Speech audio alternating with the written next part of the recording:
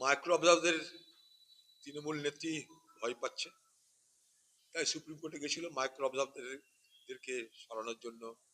তাদের অধিকার নিয়ে, দায়িত্ব নিয়ে সুপ্রিম কোর্ট স্পষ্ট করে বলে দিয়েছে যে মাইক্রো অবজারভাররা তাদের এ দায়িত্ব নেই যে কাকে ইনক্লুড করবে বা এক্সক্লুড করবে, কাকে রাখবে কি কাকে রাখবে না। সেটা তো এই আরোদের উপর দায়িত্ব আছেই, ডিইও। আর এই বাংলায় সরকারি দলের লোক বলে আমি মনে করি অন্তত।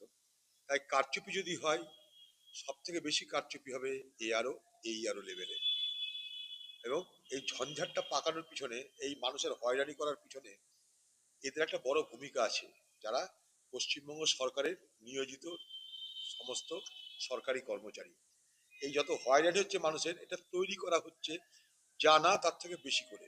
মানুষকে সুরাহা দেওয়ার পরিবর্তে, তাদের সমস্যার সমাধান করার পরিবর্তে তাদের সমস্যাকে আরো জটিল করার প্রচেষ্টা চলছে এদের মাধ্যমে, যাতে গোটা নির্বাচন প্রক্রিয়ায় একটা একটা আমি তুমির খেলা চলে, ওরা আমরা, এরকম একটা খেলা চলে। মানুষের উপকারটা এখানে বড় কথা নয়, বড় কথা ভোটে আমার কার কত লাভ হলো তার জন্য হাওয়া তৈরি করো। এসআর প্রক্রিয়ার বিরোধিতা প্রথম দিন থেকে করেছি আমরা, তার অনেক কারণ আছে। কিন্তু সুপ্রিম কোর্টে গিয়ে নাটক করে, সুপ্রিম কোর্টের বিচারপতি যখন বলছে এটা করতে হবে, তখন আবার নতুন করে এই আরো বিডিওদের দিয়ে ধমকানো চমকানো করার মধ্য দিয়ে পশ্চিমবঙ্গের মুখ্যমন্ত্রী এবং তৃণমূল সরকার তাদের নিজের উদ্দেশ্যটাকে স্পষ্ট করছে।